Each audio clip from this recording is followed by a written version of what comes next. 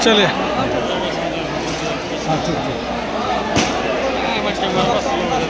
Ma'am, आज मुख्यमंत्री सामूहिक विवाह कार्यक्रम में आप उपस्थित हुई हैं, क्या कहना चाहेंगे इन जोड़ों के लिए मैम?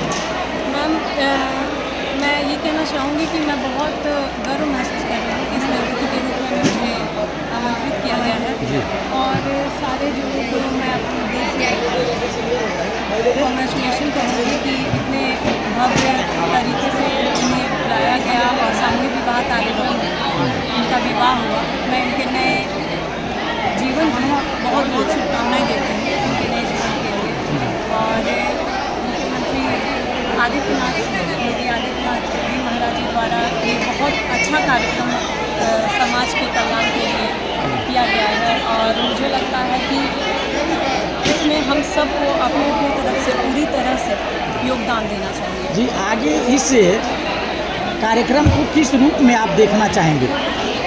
जी, इस कार्यक्रम को मैं आगे यही देखना चाहूँगी कि इसे और भव्य तरीके से किया जाए और लोगों को जागरूक किया जाए ताकि और लोग इसमें अपना बढ़ चढ़ करके पूरी तरह से सहयोग हो रही है।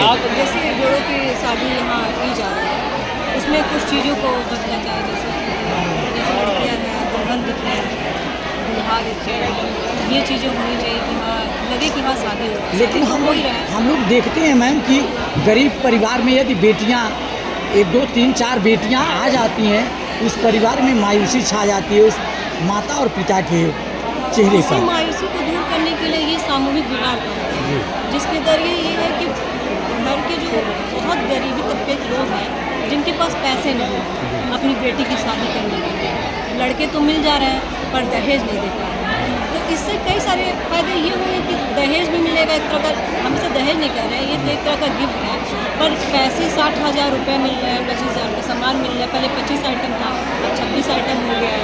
और इसके साथ एक चीज़ और भी है कि कोई भी जोड़ा अपनी पत्नी को छोड़ नहीं सकता इस विवाह, क्योंकि ये नॉर्मली नहीं है, इसकी जिम्मेदारी सीधे मुख्यमंत्री की है। अगर बहुत आसानी से लोग चाहें कि इस शादी को तोड़ दिया जाए तो नहीं टूटेगा। लेकिन मैम, आज का जो परिवेश है, बेटी बचाओ बेटी पढ़ाओ, आप एक महिला हैं, इसको किस निगाह से देखना चाहेंगे? क्या यह सरकार का जो नारा है यह हमारे समाज में यथार्थ दिखाई दे रहा है कि कुछ गड़बड़ है? मैं गड़बड़ के बारे में तो नहीं देख रही हूँ, जहाँ तक कि ये जो हो रहा है इससे कहीं ना कहीं माता पिता को बहुत सहयोग मिल रहा है।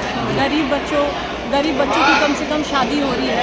कई गरीब परिवार के माता पिता ये सोचते हैं कि मैं अपने बच्चों की शादी कैसे करूँगा, अपनी बिटिया की विवाह कैसे करूँगा, डोली कैसे उठाऊँगा। और मुख्यमंत्री द्वारा इतना अच्छा ये कार्यक्रम है जिससे उनका कहीं ना कहीं बहुत ज़्यादा अंदर से जो उनका मायूसी छाई रहती थी वो ख़त्म हो जाएगी। और मैं हर बच्ची से यही कहूँगी कि ठीक है, आप इसमें इस कार्यक्रम में भाग ले रही हैं, लेकिन आप पढ़ाई भी करिए। आप पढ़िए। बेटी बचाओ बारे में आपने बोला है सर, एक बार आप लोग अपना परिचय दे दें। बेटी बचाओ बेटी पढ़ाओ का बोला कि पढ़ा तो रहे ही हैं गार्जियन, कई सारे गार्जियन डर के नहीं पढ़ाते हैं कि बेटी बड़ी हो जाएगी तो शादी करना पड़ेगा अच्छे परिवार में, तो पैसे कहाँ से आएंगे? तो उसके लिए क्या संदेश देंगे अपने तरफ उसके लिए यही संदेश दूंगी कि देखिए, बेटी बचाओ बेटी पढ़ाओ के लिए सुकन्या योजना चलाई रही है सरकार जी, उसके द्वारा बच्चों को पैदे से लेके पढ़ाने तक का पैसा दे रही है जी। तो वो तो एक है ही, एक और आपका निकल गया कि मुख्यमंत्री सामूहिक पढ़ने की जिम्मेदारी थी ही, शादी की भी जिम्मेदारी सरकार ने ली है। सर, एक छोटा सा परिचय आपका हो जाना चाहिए। जी, मैं महिमा श्रीवास्तव, RBI और नाबार्ड द्वारा संचालित आरू फाउंडेशन के वित्तीय साक्षरता के द्वारा मैं यहाँ पे जिला समाज कल्याण अधिकारी द्वारा आमंत्रित हूँ। आप लोगों का भी योगदान रहा है, आपके विभाग का भी योगदान इसमें रहा है? हमारा हमने जागरूकता फैलाया है, गाँव में जागरूक किया है लोगों को कि आप लोग इस योजनाओं का ये सोच के मत पीछे हटिए कि समाज क्या सोचेगा कि मैं सामूहिक विवाह में शादी करने चाह रहा हूँ। ये सब चीज़ों को आप छोड़ के आप ये सोचिए कि ये एक तरह का पैसा नहीं है, कोई कार्ड नहीं, ये हमारी सेफ्टी है, क्योंकि इसकी जिम्मेदारी आजकल की जो शादी है वो 1 से 2 महीने भी नहीं टूट रहा है, बहुत जल्दी टूट जा रहा है। तो ये सामूहिक विवाह एक तरह का कहते हैं ना, एक हमारी सेफ्टी जोन है। हम बहुत बहुत धन्यवाद।